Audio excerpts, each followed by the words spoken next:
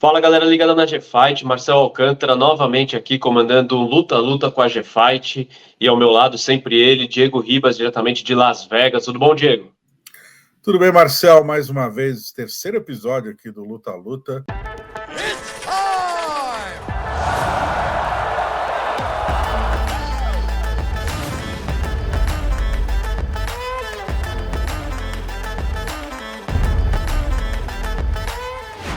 Card em Las Vegas e recheado de brasileiros, né? Então a gente vai ter que correr um pouquinho aqui com as lutas, porque senão a gente não vai conseguir falar de todo mundo. Na verdade, a gente já vai começar o evento falando do Alessandro Costa, o Nonô, que luta ainda no card preliminar, enfrenta o Jimmy Flick, norte-americano. O Nonô tem 27 anos, segunda luta dele no UFC, estreou com derrota para o Amir Albazi, que venceu o Kai Kara-France na luta principal 2 semanas atrás, né? Estreou com derrota por nocaute para o Albazi, e agora enfrenta o Jimmy Flick, que vem do Contender, uma vitória, uma derrota no UFC. Das 16 vitórias, 14 por finalização e 2 por decisão, ou seja, já dá para entender aí como é que é o jogo dele. Diego, o que você acha dessa luta? Vale ressaltar que o Alessandro, Marcel, é treinador de jiu-jitsu da Alexa Grasso e da Irene Aldana, né? Ele e o Diego Lopes, os brasileiros de Manaus que moram lá na cidade do México, eles treinam aí, lideram os treinos de chão da equipe. Irene, que acabou de disputar o cinturão contra a Amanda Nunes. Alessandro é um cara muito agressivo também, participou do Contender Series, venceu uma luta, mas não agradou o suficiente ali na hora. Voltou a competir no México, e aí ele pegou essa luta contra o Amir em cima da hora. Dá para ver que não era o momento, ainda mais estrear contra um cara do calibre do Amir, né? O Amir que já está ali no topo da categoria, ele tapou um buraco. Então, o Alessandro é um cara muito duro, tem um jiu-jitsu afiadíssimo na escola de Manaus, ali a galera de Manaus é brabíssima no jiu-jitsu, só que a gente ainda não viu, não dá para ter exatamente a noção do parâmetro dele, Marcel, porque ele estreou enfrentando um cara muito à frente no ranking mesmo, né? Então, é uma luta complicada, mas nesse momento ele e o Jimmy Flick estão no mesmo patamar. Então, é a luta ideal para que ambos performem, para que ambos se apresentem para o público do UFC. Eu vou apontar um ligeiro favoritismo para o Alessandro, pelo que eu vi dos dois, tanto no Contender quanto na estreia deles no UFC. Eu já vejo ele mais carimbado, ele fez muita luta ali no México, eu já acho que ele tem mais condições de levantar esse braço aí. Ele também, né, tá treinando bastante ali com um time de alto calibre no México, então acho que a experiência vai falar mais alto, a experiência por ter sido mais desafiado e mais testado no octógono, Marcelo. A sua opinião condiz com as odds da Rubet, sempre lembrando que o Luta com a G-Fight é uma parceria com a Rubet. Se você quer fazer a sua fezinha, entra lá no site da Rubet, a gente tem um link aqui na descrição para você entrar no site da Rubet, se cadastrar, colocar um dinheirinho, tentar fazer um dinheirinho com as suas apostas, e paga 1,39 para o Nonô, enquanto paga 2,95 para o Jimmy Flick. É um favoritismo razoável. Vamos ver o que acontece aí nessa luta. Partindo para a próxima luta, peso galo, 61 quilos, Raoni Barcelos encara Miles Jones, o Chapo americano.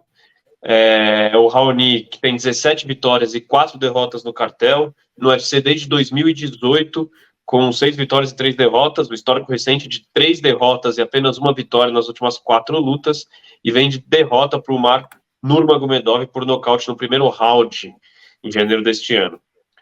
O Jones é outro atleta oriundo do Contender, no UFC desde 2019, com 4 vitórias e 2 derrotas, 13 vitórias e 2 derrotas no cartel.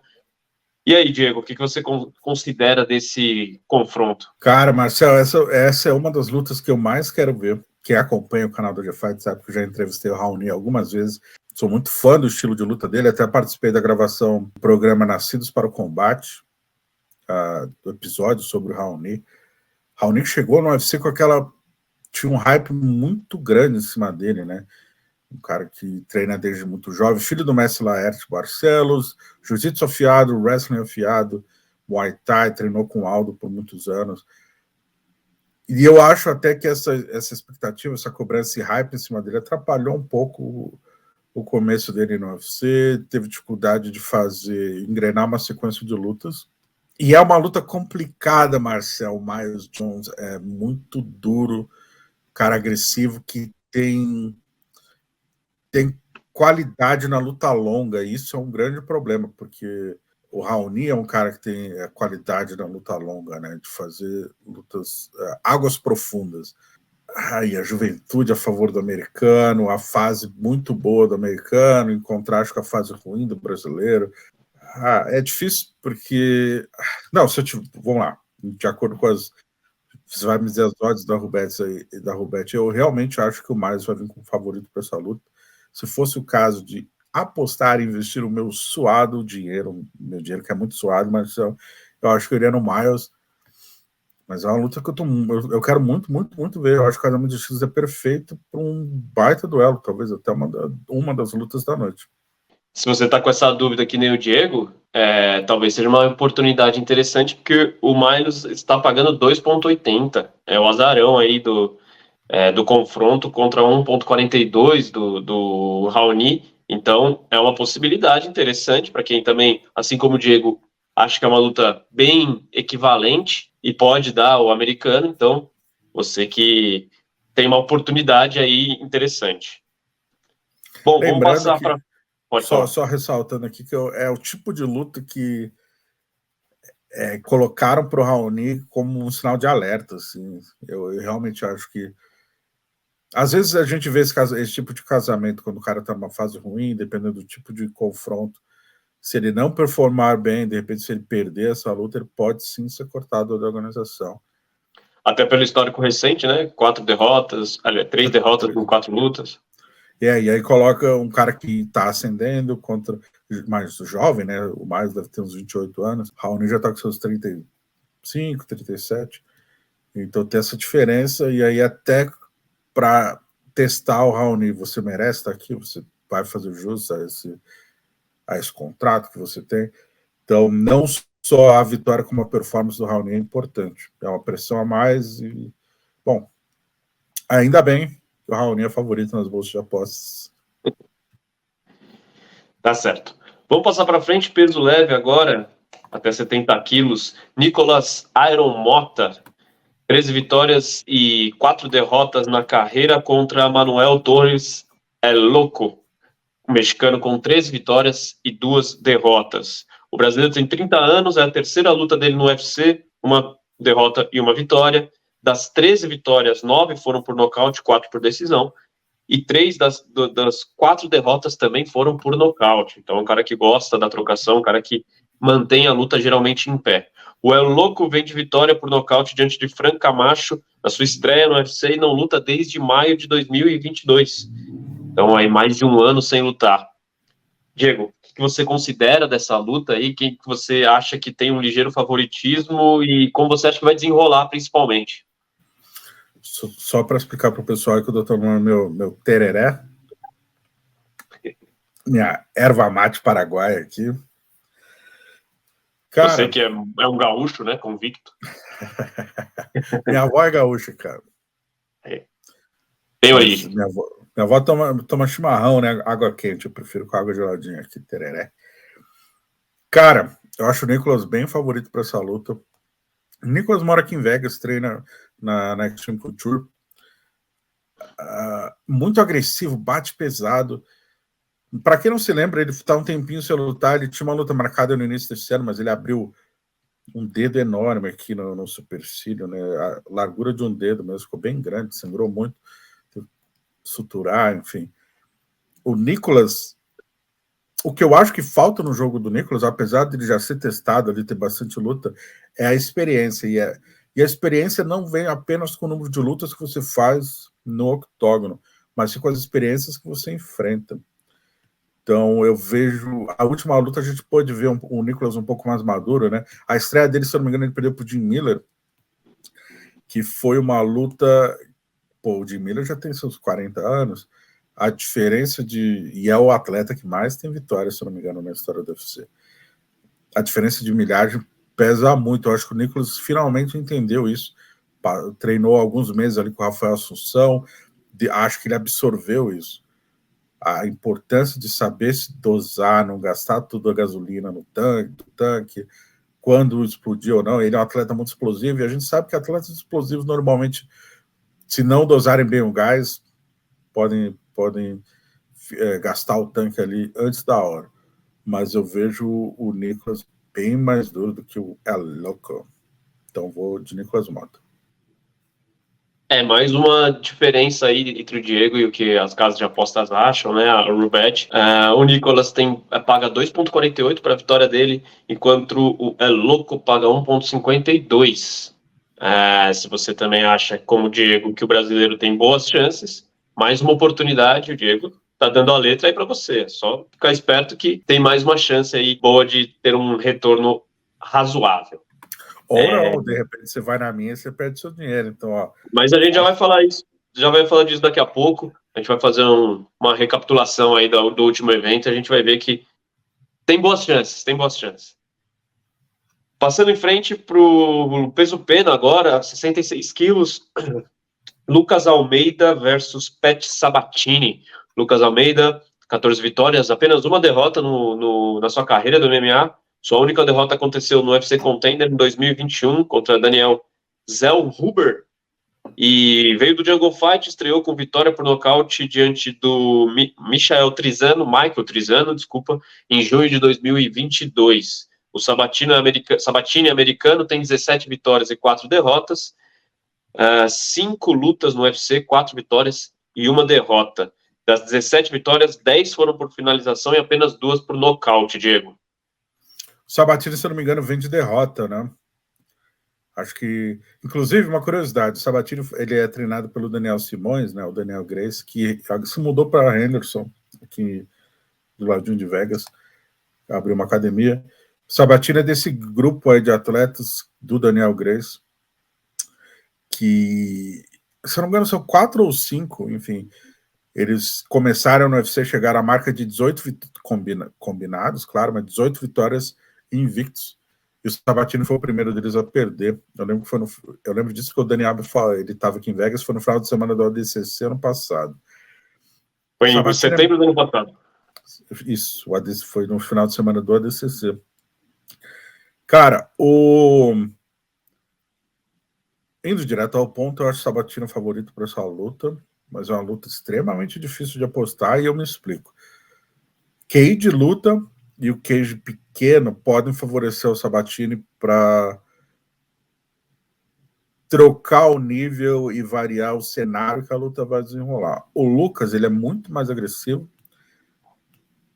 Eu vou dizer que ele é previsível no sentido da agressividade. Você sabe que ele vai vir agressivo o tempo todo e pode te nocautear faltando 10 segundos para acabar o terceiro assalto, se ele não para. Inclusive, a gente viu isso na estreia dele. Ele levou knockdown, terminou a luta, eu entrevistei ele, nem lembrava que tinha levado knockdown. Cara, bem agressivo mesmo. Só que o Sabatini, eu acho ele... Até porque já tem 4, 5 lutas no UFC, como o Marcelo mencionou, acho que isso pode sim fazer diferença. Talvez para conter o ritmo. A equipe dele já está mais tarimbada também, o próprio time, né, de fazer apresentações no UFC, como estudar um oponente. Então, favoritismo, quando se trata casas de aposta, como a Rubet, né, investir dinheiro, enfim, eu acho que o Sabatini tem mais QI de luta para trazer essa vitória. Só explicando então 2 coisas, lembrando sempre que eu não aviso para o Diego como é que estão as cotações, como é que estão as odds.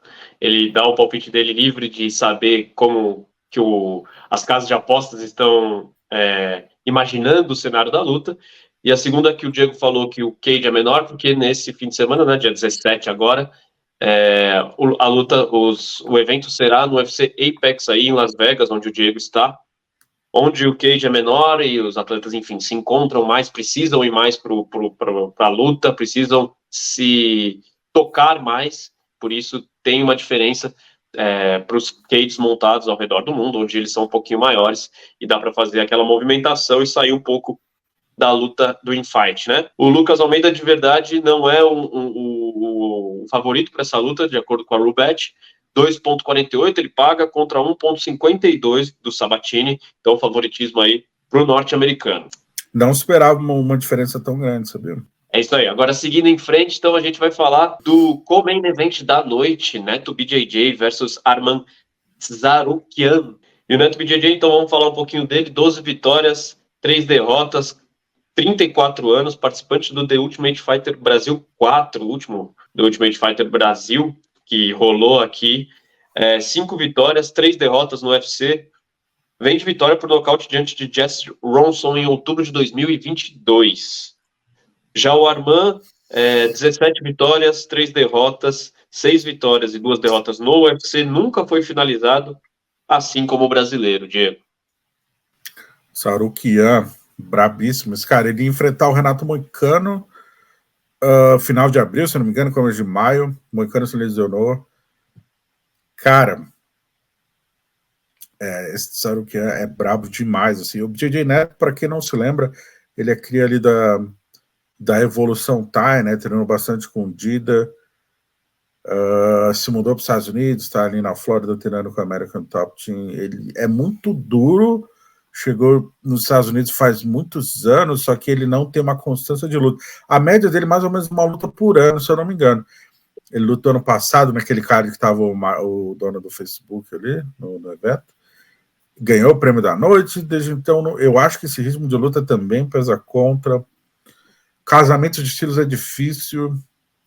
Experiência, força, a vantagem na luta agarrada, tem o poder na mão, assim. Eu acho que o Tsarukyan é bem favorito para essa luta, Marcelo. Pensando assim, no casamento de estilos, opções, eu vejo, cara, combinações de mão. O DJ Neto tem chance, principalmente golpe de encontro ali na curta, golpe de saída. Se ele tem um ground and pound bom, cara.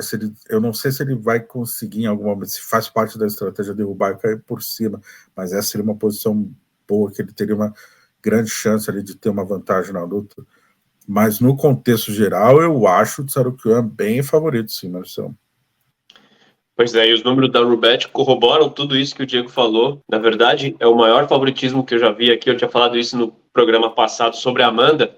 Passou completamente o Arman Tsarukyan, 1.08 só ele paga. É um favoritismo gigantesco e o Neto BJJ paga 7.40. Então, realmente é uma discrepância enorme. Quem apostar no Neto BJJ e o Neto BJJ conseguir a vitória vai sair muito bem, mas claramente o favoritismo está totalmente para o russo, né, Diego? Uma diferença bem considerável.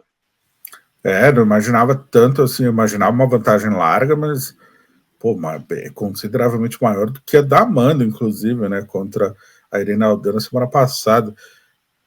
Agora, não só falando de luta, mas falando de aposta, Marcelo, se paga 1,08, é muito pouco, não vale nem, vamos supor, se você estiver vendo aí, você tem certeza que o Arman vai vencer, não vale nem a pena botar seu dinheiro.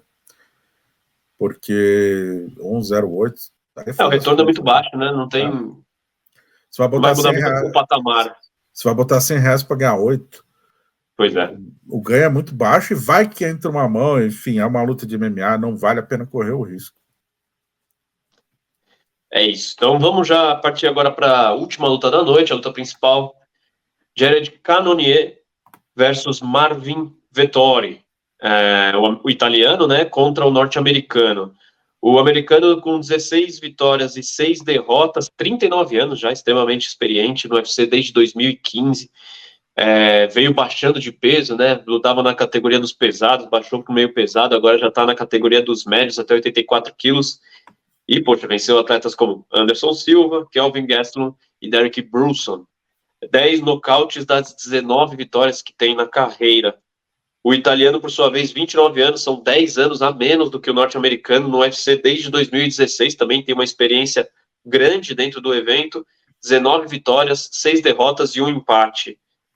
No UFC já venceu nomes importantes também, como os brasileiros César Mutante, Vitor Miranda e Paulo Borrachinha. 9 das 19 vitórias foram por finalização e 8 por decisão.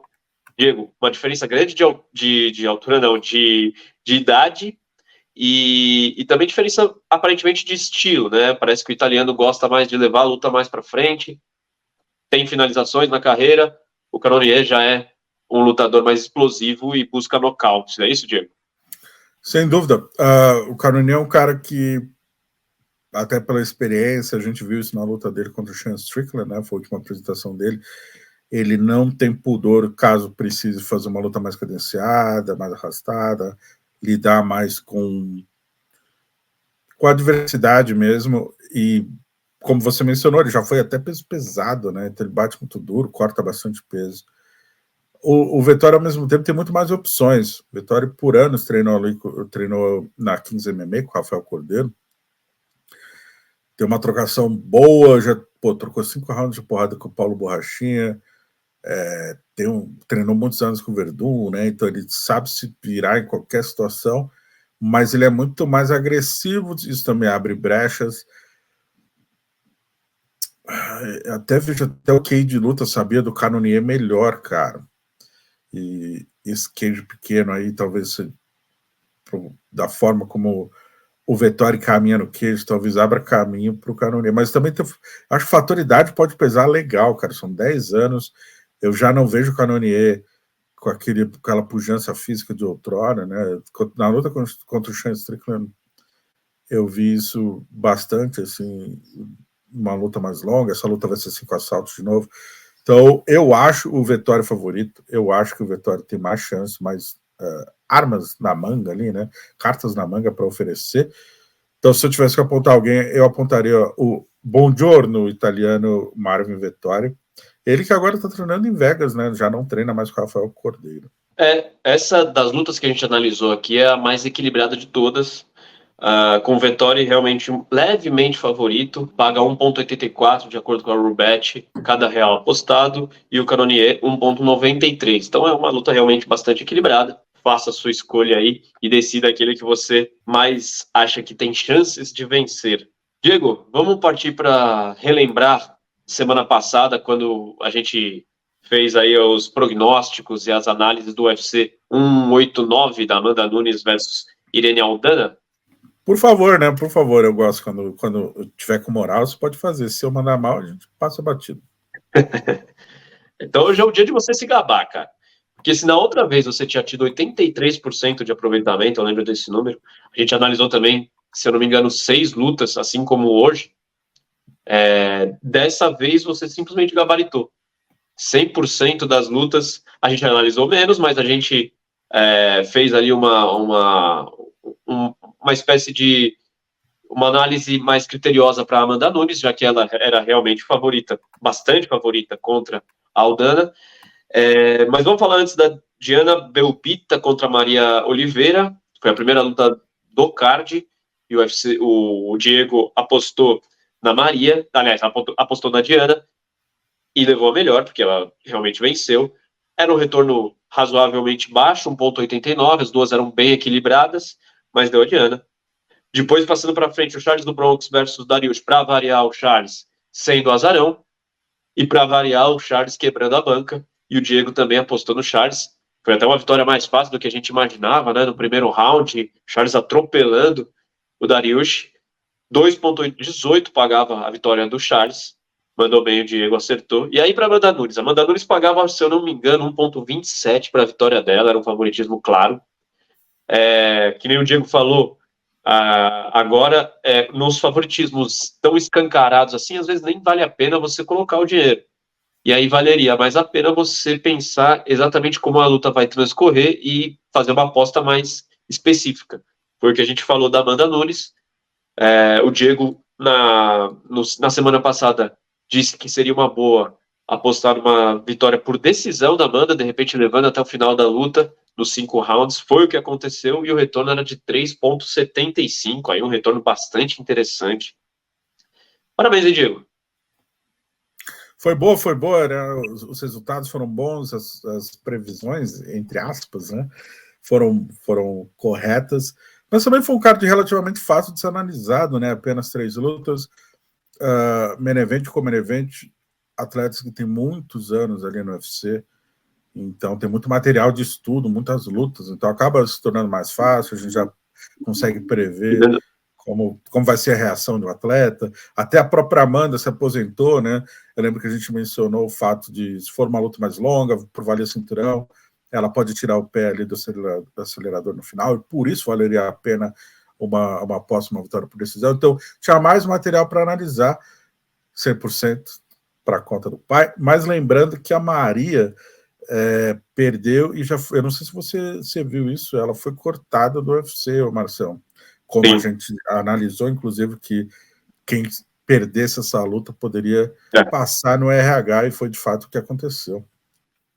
E aí, só para a gente finalizar isso, se você apostasse R$10 em cada um dos palpites que o Diego deu a dica, você levaria um total de R$ 78,20 centavos. Então, você apostou R$30, teve um retorno de R$ 78,20. É um belo retorno. Quer falar alguma coisa? Não, estou pensando, é mais que o dobro, né? Exatamente. É um belo retorno para uma noite só de luta. Tá, mas isso se você tivesse apostado a Amanda vencendo por decisão, né? Porque aí tava Exatamente. Que é o que eleva mais, 3,75 é o que deu o gás aí na nossa fezinha da última semana, certo, Diego? Certo, lembrando que se você for apostar, seja maior de 21 anos, faça de forma consciente, não vai fazer bebaço voltando da balada, e faça com o seu dinheiro, não faça com o dinheiro dos pais, por favor. E principalmente clique no link da descrição, que aí ajuda a gente aqui no canal. Beleza, exatamente, Diego? Foi pra conta? Nossa parceria com a Roulette, vou deixar o link na descrição aqui. Se for se inscrever ali na Roulette, vai nesse link para dar uma moral para o nosso trabalho também. A Roulette que está apoiando o nosso trampo aí. Valeu! É isso aí. Obrigado, galera. Até semana que vem.